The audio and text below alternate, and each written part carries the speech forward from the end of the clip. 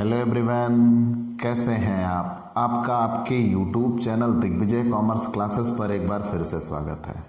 हम आपके लिए अपने इस YouTube channel Digvijay commerce classes पर बीकॉम के सिलेबस के compulsory subject Indian banking system की पूरी एक सीरीज लेके आ रहे हैं, जिसमें आपको एक तरफ से हर एक टॉपिक, उनके पूरे कॉन्सेप्ट क्लियरली आपको समझाए जाएंगे।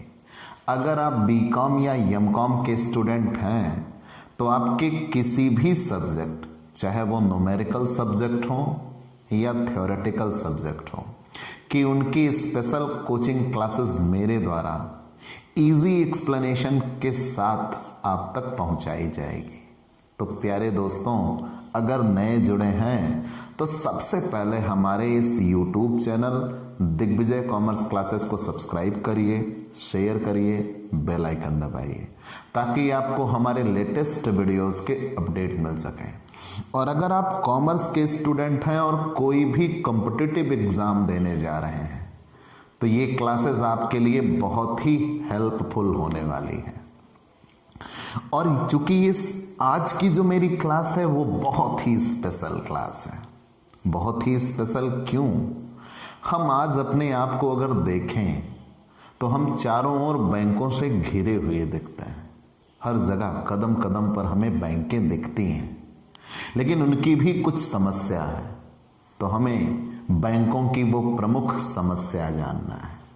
और सबसे बड़ी बात जानते हैं ना बेटा, कि अभी तक ये किताबों में आ नहीं सका, क्योंकि आप वही पुराने दौर की किताबें पढ़ रहे हो और ये चीजें दिन प्रतिदिन बदलती जा रही हैं। तो मैं आपको लेटेस्ट अपडेट के साथ पढ़ाने वाला हूं। तो आज मैं आपके लिए वो टॉपिक लेके आया हूं जो जानना आपको बहुत ही जरूरी है और जो आपके सिलेबस का भी है, लेकिन आपकी किताबों में नहीं है। और ये आपके लिए एक ज्वलंत मुद्दा है और सबसे बेहतर टॉपिक है जो आपको जानना चाहिए। एनपीए, नॉन परफॉर्मिंग असेट्स, कहीं कहीं से नॉन परफॉर्मेंसिंग भी कहा जाता है, गैर अनर्जक परिसंपत्तियां, ये बैंकों की प्रमुख समस्या है। कैसे, ये होता क्या है, आप अभी सीख जाएंगे। आपने विजय माल्या और नीरव मोदी का नाम सुना होगा ना। आपने ये सुना कि हमारे भारत देश के कुछ बहुमूल्य धन, या कह लीजिए बहुत ज़्यादा मात्रा में रुपया लेकर बैंकों से ये फरार हो गए हैं। तो सरकार इनके लिए क्या प्रावधान करती है? आपने ये भी सुना होगा कि विजय माल्या की कई संपत्तियों को सरकार ने नीलाम करके रिकवरी की, बैंकों ने नीलाम करके रिकवरी की। वो क्या था? तो आप एक एक जानते चलिएगा। हम सरकार की फेलियर को यहां दिखाते हैं कि सरकार फेल हो रही है, कैसे भग गए। कुछ हम विशेष बातें भी आपको बताएंगे और उन बातों को बताने के बाद आपको ये पता लगेगा कि हाँ, वास्तव में इनके साथ क्या हुआ है। और आप फिर शायद किसी सरकार विशेष का समर्थन करने लग जाइएगा। तो प्यारे दोस्तों, आइए हम आज आपको कुछ विशेष बातों की ओर ले चलते हैं। एनपीए, क्योंकि लोगों ने सुना बहुत है, सही जानकारी, सटीक जानकारी उनके पास नहीं होती। हम अधूरा ज्ञान लेके बाजार में टहलते फिरते हैं और सबको राय देते फिरते हैं। तो प्यारे दोस्तों, आज हम आपको कुछ विशेष बातें बताने जा रहे हैं। तो आप हमसे पेड क्लास भी ले सकते हैं। पेड क्लास पाने के लिए आप हमारे व्हाट्सएप नंबर पर व्हाट्सएप करिए, मैसेज करिए, आपको पेड क्लास की पूरी जानकारी दे दी जाएगी, जिसमें आप बहुत थोड़े से शुल्क का भुगतान करके हमसे एक रेगुलर क्लास पाते हैं। पीडीएफ मिलेगा, डाउट सेशन रखा जाएगा, क्वेश्चन पेपर सॉल्व कराए जाएंगे। तो ये सब कुछ पाने के लिए आप हमसे पेड क्लास ले सकते हैं। हमारा आज का टॉपिक है बैंकों की प्रमुख समस्या। मैंने इस टॉपिक को उठाया इसलिए, ये आपके सिलेबस का ऐसे क्वेश्चन आए हुए हैं। अगर आप बीकॉम का एग्जाम देने जा रहे हो तो बीकॉम पार्ट 3 में तो ये रिटन एग्जाम में है और बीकॉम पार्ट 1 में ये ऑब्जेक्टिव है। क्योंकि बैंक आपको पढ़नी है तो बैंक की समस्या पूछी जा सकती है। लेकिन आपकी किताबों में अभी तक आ नहीं सका है, क्योंकि किताबें लेटेस्ट अपडेट के साथ छपी नहीं है, लेकिन हम हैं ना, हम बताते हैं आपको। तो बैंकों की प्रमुख समस्या, आखिर एनपीए होता क्या है? नॉन परफॉर्मिंग असेट्स, वह संपत्ति जो बैंकों के लिए अब लाभप्रद नहीं है, अर्थात जिससे बैंक को आय नहीं होती या नहीं हो रही है, ऐसा कह लीजिए, उसे ही हम एनपीए कहते हैं, नॉन परफॉर्मिंग असेट्स कहते हैं। फिर से जान लीजिए, वह संपत्ति अब जो बैंकों के लिए लाभप्रद नहीं है, अर्थात जिससे बैंक को अब आय नहीं हो रही है, उसे ही नॉन परफॉर्मिंग असेट्स कहते हैं। कंफर्म? चलिए मान लिया। क्लियरली आप जानिए, जैसे आप बैंक की कोई एसेट्स होती है तो बैंक ये सोचती है कि इस संपत्ति पर हमें आय हो, लेकिन बैंक की ऐसी संपत्ति जो अब बैंक के लिए लाभप्रद नहीं रही है, मतलब जिस संपत्ति से बैंक को आय होना बंद हो चुकी है, बैंक की वह संपत्ति एनपीए कहलाती है। कैसे? जनरली क्या होता है, बैंक ग्राहक को लोन देती है। कंफर्म? मैंने क्या कहा? जनरली क्या होता है, बैंक ग्राहक को लोन देती है। तो जो बैंक ग्राहक को लोन देती है, वो लोन बैंक की क्या होता है, असेट्स होती है। ठीक है, मैंने क्या कहा? जनरली क्या होता है, बैंक ग्राहक को लोन देती है। अगर बैंक ग्राहक को लोन देती है तो बैंक के लिए लोन क्या होता है, असेट्स होती है। बैंक इस पैसे पर आय प्राप्त करना चाहती है, लेकिन जब कभी ऐसा कुछ गुजरे कि इस पैसे पर बैंक के लिए आय होना बंद हो जाए, तो वही पैसा बैंक के लिए क्या बन जाएगा, एनपीए बन जाएगा, नॉन परफॉर्मिंग असेट्स। लेकिन ऐसा नहीं है कि जब पैसा मिलना बंद हुआ बस उठा के डाल दिया एनपीए में, ना ना ना ना। एनपीए का प्रोसीजर क्या होगा, कहते किसे हैं, क्यों बना, ये सब हमें जानना है। और अगर एनपीए हुआ तो बैंक क्या करेगी? ठीक है, तो आइए जानते हैं। एनपीए आपने जान लिया कि वह संपत्ति जो अब बैंक के लिए लाभप्रद नहीं रही है, अर्थात जिससे बैंक को आय नहीं हो रही है, उसे ही एनपीए कहते हैं। ठीक, लेकिन अब मान लीजिए मैंने ये कहा बैंक ग्राहक को लोन देती है और अब उस लोन पर बैंक को, ये लोन बैंक की क्या है, असेट्स है। अब इस असेट्स पर बैंक को आय होना बंद हो जाए, यदि 90 दिन में ग्राहक बैंक का लोन नहीं चुकाता है तो बैंक उस राशि को एनपीए मानता है, मात्र 90 दिन। फिर से जान लीजिए, हमने ये कहा कि अगर कोई भी ग्राहक 90 दिन के भीतर में अपना लोन नहीं चुकाता है तो बैंक उस राशि को एनपीए मान लेता है। चलिए मान लिया। तो एनपीए का कारण क्या है, ये दिन याद रखिएगा। मतलब जैसे ही आपने लोन लिया और 90 दिन के भीतर में अगर आप उस लोन को नहीं चुकाते हो तो बैंक उस लोन को एनपीए मान लेता है। ठीक है, तो एनपीए के कारण क्या है? पहला, जिस उद्देश्य के लिए ऋण लिया जाता है उसके अलावा उसका अन्य उपयोग होता है।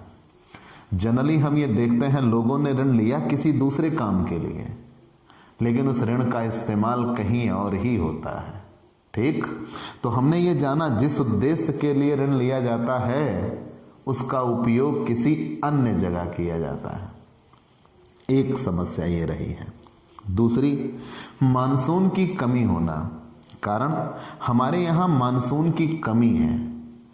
हम 4 ऋतुओं में रहते हैं, लेकिन हम जनरली अभी पिछले कुछ समय से ये देख रहे हैं, कहीं सूखा, कहीं बाढ़, ये प्राकृतिक आपदाएं हम झेल रहे हैं, जिससे फसल नष्ट होती है।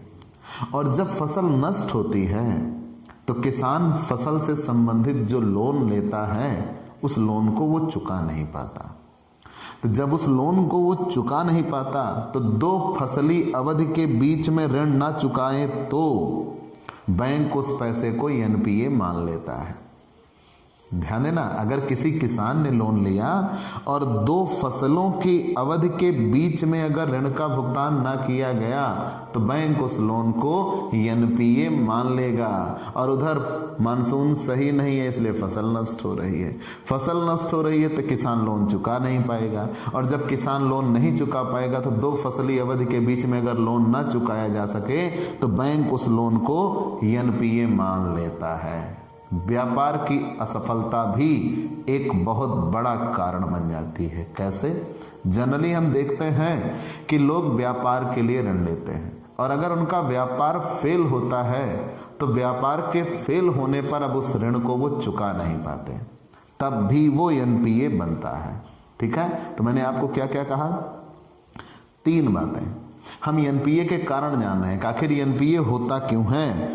तो मैंने ये कहा कि जिस उद्देश्य के लिए ऋण लिया जाता है सामान्यतः हम उसका उपयोग गलत जगहों पर कर रहे हैं। दूसरा, हमने ये देखा कि हमारे यहाँ किसानों के द्वारा ऋण लिया जाता है और किसानों के द्वारा जब ऋण लिया जाएगा तो वो जो कृषि है वो मानसून पर आधारित है और अब हमारे यहाँ मानसून उतना स्थिर नहीं रहा है, मानसून की कमी हो चुकी है और इसकी वजह से फसलें नष्ट होती हैं। और जब फसलें नष्ट होती हैं तो किसान के द्वारा लिया गया ऋण अगर 2 फसली या 2 फसलों की अवधि के बीच में अगर ऋण का भुगतान ना किया जाए तो बैंक उसे एनपीए मान लेता है। व्यापार में होने वाला घाटा, अगर हमने ऋण व्यापार के लिए लिया और व्यापार सही तरीके से नहीं संचालित हुआ या व्यापार में लाभ नहीं हुआ तो भी हम उस ऋण को नहीं चुका पाते और वो एनपीए बनता है, नॉन परफॉर्मिंग असेट्स बनता है। बैंकों द्वारा उचित निगरानी का अभाव भी है। बैंकों ने ऋण तो दे दिया लेकिन उस ऋण की जिसने लिया है उस ऋण को उसकी निगरानी नहीं कर पाते। ये नहीं कि उसके घर पे आप डेरा डाल के बैठ जाओ, मतलब ये है कि आप उस लोन के प्रति इतने तो चिंतित रहिए। जैसे आप कोई संपत्ति खरीद के लाते हो तो आप उसकी देखभाल करते हो कि नहीं करते हो। अगर आपने घर के बाहर कोई सामान रखा है, मान लीजिए आपने एक 4 व्हीलर खरीदी है तो आप उसके लिए भी उचित व्यवस्था करते हो कि कहीं कोई चोर ना ले जाए। तो सेम वही बातें बैंक के साथ भी लागू होती हैं। अगर आपने अपनी संपत्ति किसी दूसरे को दी है तो आप इतना तो जरूर केयरफुल रहिए कि सामने वाला उसका मिसयूज ना करे। लेकिन बैंकों ने अपने द्वारा दिए गए धन की उचित निगरानी सही से नहीं की। जब उचित निगरानी सही से नहीं की तो वो सबसे बड़ा कारण बना कि बैंकों द्वारा उचित निगरानी का अभाव हुआ और वो एनपीए बना। परियोजनाओं का पूरा नहीं हो पाना, सामान्यतः हम ये देखते हैं कि लोग प्रोजेक्ट संबंधी ऋण लेते हैं और जब प्रोजेक्ट संबंधी लोन लेते हैं तो कई ऐसे प्रोजेक्ट होते हैं जो किताबों में ही या पुस्तकों में ही दम तोड़ देते हैं, वो असफल हो जाते हैं और उन प्रोजेक्ट के असफल होने पर लोग उस ऋण को चुका नहीं पाते। जब लोग उस ऋण को चुका नहीं पाते तो वह भी एनपीए बनता है। ठीक है, प्रोजेक्ट का फेल होना। गिरवी संपत्तियों का मूल्य कम होना, यदि व्यापारी लोन के बदले में अपनी कोई एसेट्स रखे और बाजार में उस संपत्ति के मूल्य कम हो जाए तो जनरली बैंक की पॉलिसी ये होती है कि वो 70 रुपए का लोन देते हैं तो 100 रुपए की एसेट्स आपसे रखवा लेते हैं। मैंने क्या कहा? जनरली बैंक की ये पॉलिसी होती है कि वो आपको 70 रुपए का लोन देते हैं तो आपसे 100 रुपए की एसेट्स रखवा लेते हैं। लेकिन कहीं ऐसा कुछ हो जाए कि आपके द्वारा जो संपत्ति रखी गई है उसकी वैल्यू कम हो जाए तो भाई बाजार है, बाजार में कुछ भी हो सकता है। परिस्थितियां बन सकती हैं कि आपकी संपत्तियों के भाव गिर गए और अगर आपकी संपत्तियों के भाव गिर गए तो भी बैंक का एनपीए बढ़ सकता है। ठीक है, आगे सुस्त कानून व्यवस्था, ये कैसे हो सकता है भाई? मान लीजिए कानून सही से काम ना कर पाए और सही से एक्शन, ठीक है ना, कि उसका तुरंत निवारण नहीं हो पाए तो उस जगह पे भी बैंकों के एनपीए बढ़ने के आसार हो जाते हैं। और भ्रष्टाचार का होना, भ्रष्टाचार का होना क्या है? यहाँ पे क्रेडिट रेटिंग एजेंसी है, ध्यान देना, जो उधार पर नियमन नियंत्रण करती है। Credit rating agency CRA, credit rating agency का सही से कार्य ना करना, ध्यान देना मैंने क्या कहा, क्रेडिट रेटिंग एजेंसी का सही से कार्य ना करना मतलब जितने भी अधिकारी वर्ग हैं वो अपने पदों का दुरुपयोग करते हैं। ध्यान देना, वो अपने पदों का दुरुपयोग करते हैं, वो गलत तरीके से लोन बांटते हैं। जब वो गलत तरीके से लोन बांटते हैं, लोन पास कर दिया और लोन पास करने के बाद उस लोन की रिकवरी नहीं हो पाती, और जब उस लोन की रिकवरी नहीं हो पाती तो वो भी एनपीए बनता है। ठीक है, तो मैंने कितने प्रमुख टॉपिक आपको गिना दिए जो एनपीए के कारण बनते हैं। मैंने सबसे पहला टॉपिक ये बताया कि जिस उद्देश्य के लिए ऋण लिया, अब एक एक आप नोटिस करते रहिए, या पहले एक बार आप क्लासेस देख लीजिए फिर आप इसकी नोट्स बना लीजिएगा।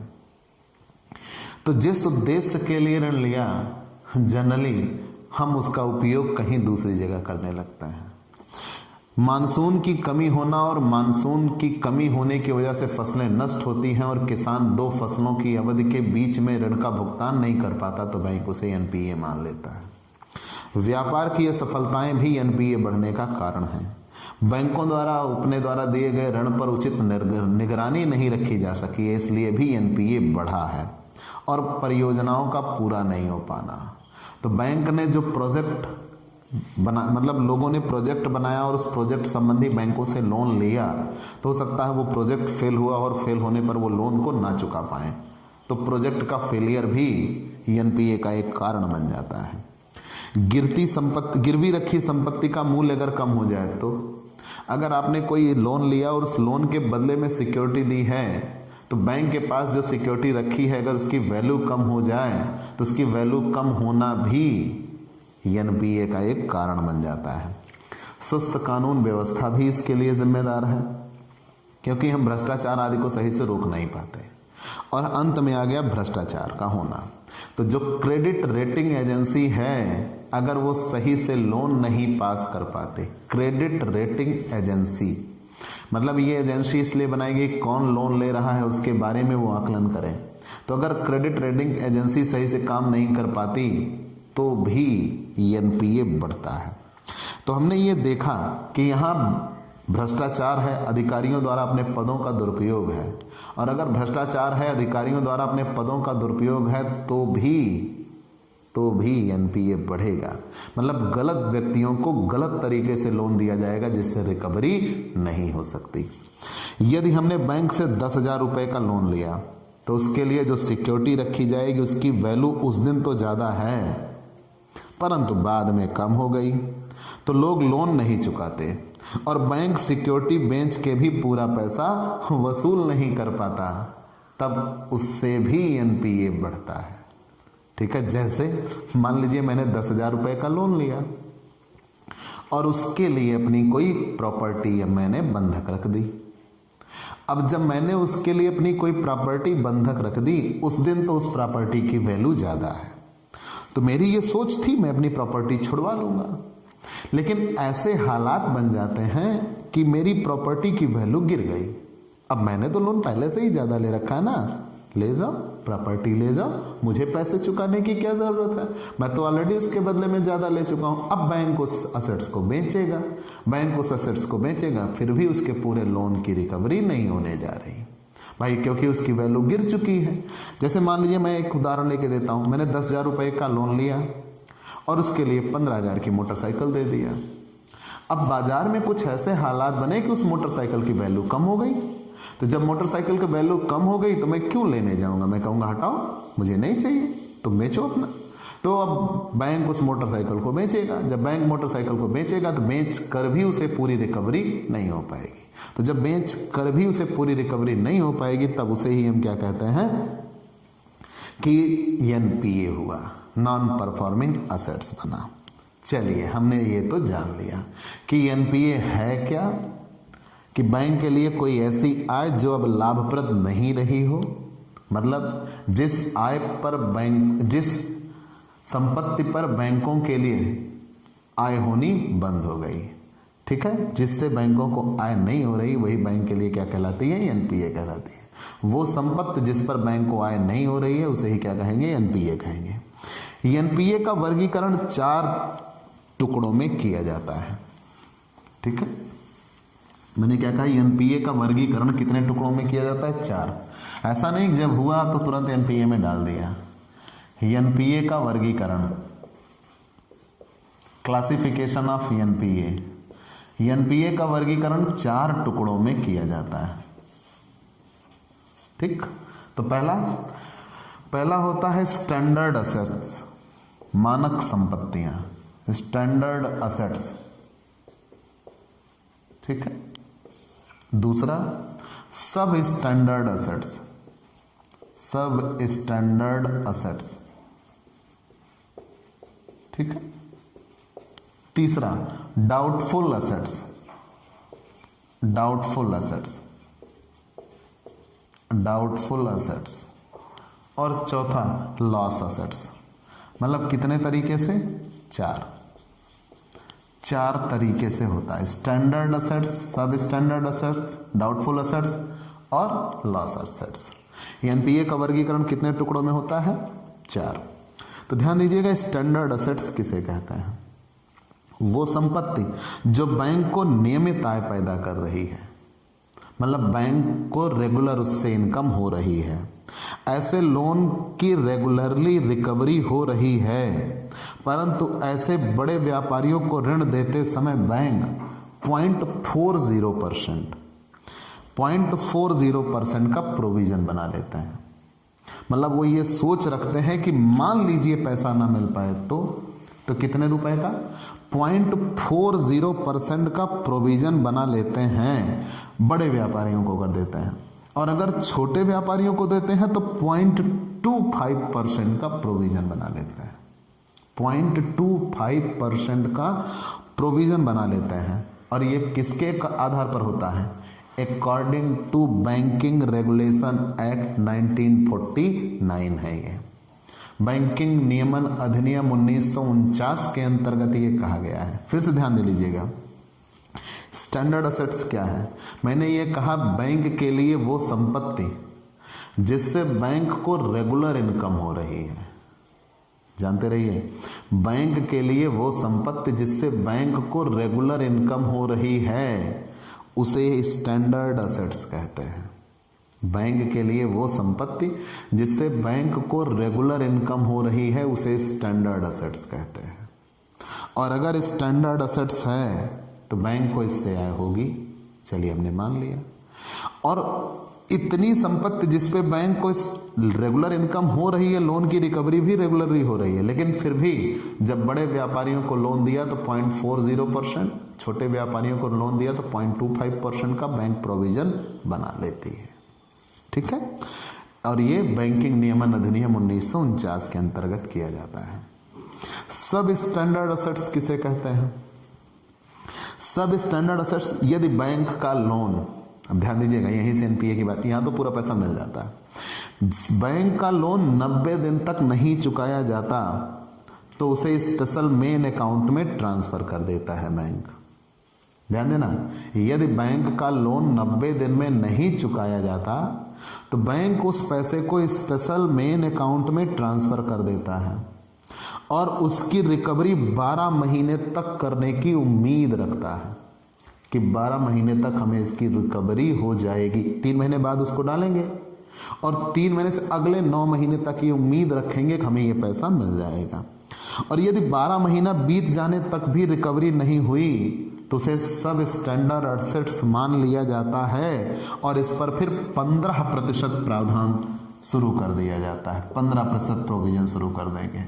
इस पे कितना था? बड़े व्यापारियों के लिए 0.40% और छोटे व्यापारियों के लिए 0.25%। ये वो असेट्स है जिसपे बैंक को रेगुलर इनकम होती है। इस पे कहीं कोई संदेह नहीं है, रेगुलरली बैंक को इनकम हो रही है, लेकिन फिर भी उस पे कितने % का प्रावधान कर देते हैं? 0.40% का बड़े व्यापारियों के लिए और छोटे व्यापारियों के लिए 0.25% का। जो पैसा बैंक को 90 दिन के अंदर में प्राप्त नहीं होता, बैंक उसको एक स्पेशल मेन अकाउंट में डाल देता है और ये उम्मीद रख 3 महीने बाद, 90 दिन अगर बीत गए फिर भी पैसा नहीं मिला तो उसको स्पेशल मेन अकाउंट में ट्रांसफर कर दिया जाएगा। और 12 महीने तक ये इंतजार किया, शुरू से 12 महीने तक ये इंतजार किया जाएगा कि वो पूरा पैसा आपको मिल जाए। उस लोन की रिकवरी हो जाए। अगर 12 महीने तक भी लोन की रिकवरी नहीं हो पाती तब उसे सब स्टैंडर्ड असेट्स मान लिया जाता है और बैंक उस पर 15% प्रावधान करना शुरू कर देता है। फिर बात आती है डाउटफुल असेट्स की। डाउटफुल असेट्स किसे कहते हैं? सब स्टैंडर्ड असेट्स के 12 महीने के बाद भी यदि उसकी कोई प्रतिक्रिया नहीं होती, भाई सब स्टैंडर्ड असेट्स 12 महीने तक की बात की गई, के बाद भी उसकी कोई प्रतिक्रिया नहीं होती तो 12 माह के बाद, मतलब 1 साल के बाद 3 साल तक के लिए बैंक उसे डाउटफुल असेट्स मान लेता है। और जब डाउटफुल असेट्स मान लेगा तो बैंक उस पर 25% प्रावधान करेगा। कितने प्रतिशत? 25% प्रावधान करना शुरू कर देगा। ठीक है। और अगर 1 से 3 वर्ष तक भी पैसा नहीं मिलता तो फिर बैंक उस पर 40% प्रावधान करना शुरू कर देता है। और अगर 3 वर्ष भी बीत जाते हैं फिर भी पैसा नहीं मिलता तो बैंक उस पर 100% प्रावधान करना शुरू कर देता है। ठीक है। तो बैंक उस पर कितने प्रतिशत प्रावधान करना शुरू कर देता है? 100% प्रावधान करना शुरू कर देता है और उसे पूरा हुआ डूबा हुआ मान लिया जाता है। कंफर्म?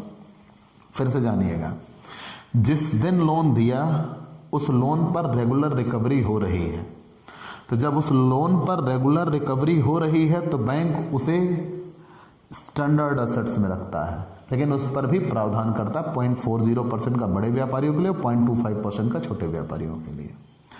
जिस इनकम पर मतलब जिस असेट्स पर या लोन पर बैंक 90 दिन तक में रिकवरी नहीं कर पाता तो बैंक तुरंत उसको स्पेशल मेन अकाउंट में ट्रांसफर कर देगा और ये उम्मीद लगाए रखेगा कि 1 साल तक में पैसा मिल जाएगा।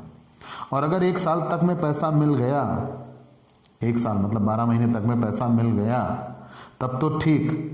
और उस पर कितने प्रतिशत का प्रावधान शुरू हो जाता है? 15% का प्रावधान शुरू हो जाता है। यदि 12 महीने बीत जाने के बाद भी पैसे नहीं मिलते तो उसे सब स्टैंडर्ड असेट्स मान लिया जाता है और उस पर 15% का प्रावधान। और अगर सब स्टैंडर्ड असेट्स के 12 माह बाद भी उसकी कोई प्रतिक्रिया नहीं होती, सब स्टैंडर्ड असेट्स के 12 महीने के बाद भी उसकी कोई प्रतिक्रिया नहीं होती तब फिर बैंक उस पर कितने प्रतिशत का प्रावधान बनाना शुरू कर देता है? 25% का प्रावधान बनाना शुरू कर देता है। और 3 साल तक के लिए ये बात चलती है, लेकिन 1 वर्ष बाद 25% का प्रावधान करना शुरू कर देती है। 1 से 3 साल के बाद अगर बीत जाता है तो फिर कितने समय का? 40% प्रावधान करना शुरू कर देते हैं 1 से 3 साल बाद। 1 से 3 साल बाद फिर कितने प्रतिशत का प्रावधान करना शुरू कर देते हैं? 40% का। और अगर वो 3 साल भी बीत जाते हैं, आप ऐसा कहिएगा, सब स्टैंडर्ड असेट्स में डालने के बाद 1 वर्ष तक कितने प्रतिशत का प्रावधान करेंगे? 25%। फिर 1 से 3 वर्ष के बाद तक के लिए कितना प्रतिशत प्रावधान करेंगे? 40%। और 3 वर्ष के बाद भी अगर पैसा नहीं मिल पाता तो फिर कितने प्रतिशत का प्रावधान करते हैं? 100% प्रावधान करते हैं और पूरा का पूरा उसे बैड मान लिया जाता है, बैड डेप्ट मान लिया जाता है, डूबा हुआ मान लिया जाता है और उस पर 100% का प्रावधान किया जाता है। अगर 3 वर्ष, अब आते हैं लॉस असेट्स, 3 वर्ष के बाद भी लोन की रिकवरी नहीं होती है तो उसे ही लॉस असेट्स कहते हैं और उस पर 100% प्रावधान बना लेती है। तो ये टोटल कितने हो गए? 4। चलिए मान लिया। तो पहला तो रेगुलर इनकम हो रही है, दूसरा 3 महीने से लेकर 12 महीने, उसके बाद फिर अगले 12 महीने, फिर 3 साल बाद जब आ जाते हैं तो कितने प्रतिशत का आ जाते हैं? 100%। एनपीए के कानूनी प्रावधान क्या है? पहला तो डीआरटी बनाई गई है, क्या? 1992-93 में। ठीक है। एनपीए के कानूनी प्रावधान, एनपीए के कानूनी प्रावधान, एनपीए के कानूनी प्रावधान, सबसे पहला डीआरटी, डेप्ट रेटिंग, ठीक है ना? डीआरटी, डेप्ट रेटिंग ट्रिब्यूनल, डेप्ट रेटिंग ट्रिब्यूनल, डेप्ट रेटिंग ट्रिब्यूनल, डेप्ट रेटिंग ट्रिब्यूनल। और डेप्ट रेटिंग ट्रिब्यूनल कब बनाया गया? 1992-93 में। डेप्ट रेटिंग ट्रिब्यूनल, ध्यान दीजिएगा, एनपीए के कानूनी प्रावधान, तो एनपीए के कानूनी प्रावधान में है डेप्ट रेटिंग ट्रिब्यूनल 1992-93 में। बैंकों के द्वारा रिकवरी करने में हुई किसी मामले की सुनवाई डीआरटी में ही होगी, उसे डेब्ट रेटिंग ट्रिब्यूनल कहते हैं। ठीक है, फिर से जान लीजिएगा, बैंक से संबंधित रिकवरी करने में या बैंकों के द्वारा रिकवरी करने में हुई किसी मामले की सुनवाई डीआरटी में ही होगी, उसे डेब्ट रेटिंग ट्रिब्यूनल कहते हैं। 1992-93 में बनाया गया। दूसरा, सरफा ईस्ट, सरफा ईस्ट, ठीक है ना, सरफा ईस्ट एक्ट बनाया गया 2002 में। सरफा ईस्ट एक्ट बनाया गया 2002 में। इसमें तभी ये लागू होगा जब कम से कम 10 लाख रुपए का लोन हो। ध्यान दीजिएगा, सरफा ईस्ट एक्ट 2002। सरफा ईस्ट एक्ट है क्या, जानिएगा। इसमें यह कहा गया कम से कम 10 लाख रुपए का लोन होना चाहिए और इसमें गिरवी रखी गई संपत्ति को बैंक बेचकर अपने लोन की रिकवरी करता है इस एक्ट के आधार पर। और फिर अंत में आता है wilful defaulter. Wilful defaulter, wilful defaulter, ध्यान दीजिएगा, हमने कितने जान लिए, 1 2 3। ये डीआरटी बैंक के द्वारा लोन की रिकवरी संबंधी कोई भी सुनवाई कहाँ होगी, डीआरटी में होगी, डेब्ट रेटिंग ट्रिब्यूनल में। सरफा ईस्ट एक्ट 2002 क्या है, अगर लोन 10,000 रुपए से कम का ना हो तब तो ये लागू होता है। मतलब 10 लाख रुपए से कम 10 लाख रुपए का लोन होना ही चाहिए। 10 लाख रुपए से देखी हो, उससे कम ना हो, तब आप जो भी संपत्ति गिरवी के तौर पर रखें उस संपत्ति को बेचकर अपने लोन की रिकवरी कर सकते हैं। विलफुल डिफॉल्टर किसे कहते हैं जी, यहीं पे आ रहे हैं विजय माल्या और नीरव मोदी। विजय माल्या और नीरव मोदी ये है क्या, जिसके पास पैसा तो है परंतु वो लोन चुकाना नहीं चाहता, तो उनकी संपत्ति को गिरवी रखा जाएगा और जिसे नीलाम करके रिकवरी की जाएगी, उन्हें ही विलफुल डिफॉल्टर कहते हैं। ध्यान दीजिएगा, मैंने क्या कहा, जिनके पास संपत्ति तो है लेकिन फिर भी वो लोन को चुकाना नहीं चाहता, उसे ही विलफुल डिफॉल्टर कहते हैं। ठीक, विलफुल डिफॉल्टर, मैंने ये बताया ना कि विजय माल्या और नीरव मोदी इसी में आते हैं। क्यों, आपने ये कहा कि जिनके पास संपत्ति तो है लेकिन फिर भी वो लोन को चुकाना नहीं चाहता, उसे विलफुल डिफॉल्टर कहते हैं। फिर इनके पास जो संपत्ति गिरवी के तौर पर रखी गई है, बैंक उन संपत्तियों को नीलाम करेगा और नीलाम करके अपनी रिकवरी करता है। ठीक, और चौथा आता है भगौड़ा अधिनियम। क्या आता है, भगौड़ा अधिनियम, भगौड़ा, ठीक है, भगौड़ा अधिनियम। अब ये क्या आया, भगौड़ा अधिनियम आया है 2018 में। अब आप सोचिए, आपके हाथ में जो किताबें हैं वो 2018 के पहले ही छपी है, तो भगौड़ा अधिनियम उसमें कहाँ होगा। तो भगौड़ा अधिनियम इन्हीं विलफुल डिफॉल्टर के लिए ही आया है, जिनके पास लोन चुकाने की क्षमता है किंतु वो अपना देश छोड़कर विदेश में जा छिपे हैं।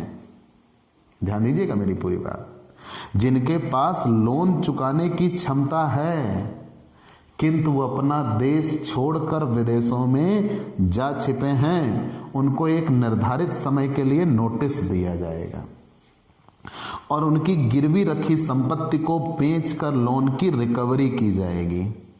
और भगौड़ा अधिनियम 2018 में आया और ये 100 करोड़ से अधिक का लोन लेने वालों के लिए ही लाया गया है। तो मैंने क्या कहा, भगौड़ा अधिनियम किस पर लागू होता है, जिनके पास असेट्स है वो लोन को चुका सकते हैं लेकिन फिर भी देश को छोड़कर जा चुके हैं और विदेशों में बसे हैं। ठीक है, तो उनके लिए ये लाया गया है भगौड़ा अधिनियम। और उस पर यह कहा गया है कि अगर ये 100 करोड़ रुपए से अधिक का लोन होगा तभी ये लागू होगा और उनकी फिर संपत्तियां, एक छोटे से नोटिस दिया जाएगा और छोटे से नोटिस के बाद उनकी संपत्तियों को बेचकर लोन की रिकवरी की जाएगी। ठीक है, तो प्यारे दोस्तों, ये एनपीए से संबंधित आपके लिए एक विशेष क्लास थी। उम्मीद है आपको ये बेहतर तरीके से समझ में आई होगी। आपको ये क्लास कैसी लगी हमें ज़रूर बताइएगा। आपके लाइक और कमेंट का इंतज़ार रहेगा। आप हमसे पेड क्लास भी ले सकते हैं। पेड क्लास पाने के लिए आप हमारे व्हाट्सएप नंबर पर व्हाट्सएप करिए, मैसेज करिए, आपको पेड क्लास की पूरी जानकारी दे दी जाएगी, जिसमें आप बहुत थोड़े से शुल्क का भुगतान करके हमसे एक रेगुलर क्लास पाते हैं। पीडीएफ मिलेगा, डाउट सेशन रखा जाएगा, क्वेश्चन पेपर सॉल्व कराए जाएंगे। तो ये सब कुछ पाने के लिए आप हमसे पेड क्लास लीजिए। और अगर नए जुड़े हैं तो सबसे पहले हमारे इस YouTube channel Digvijay commerce classes को सब्सक्राइब करिए, शेयर करिए, बेल आइकन दबाइए, ताकि आपको हमारे लेटेस्ट वीडियोस के अपडेट मिल सकें। तो आज की क्लास में इतना ही। चलते हैं दोस्तों, बाय बाय दोस्तों।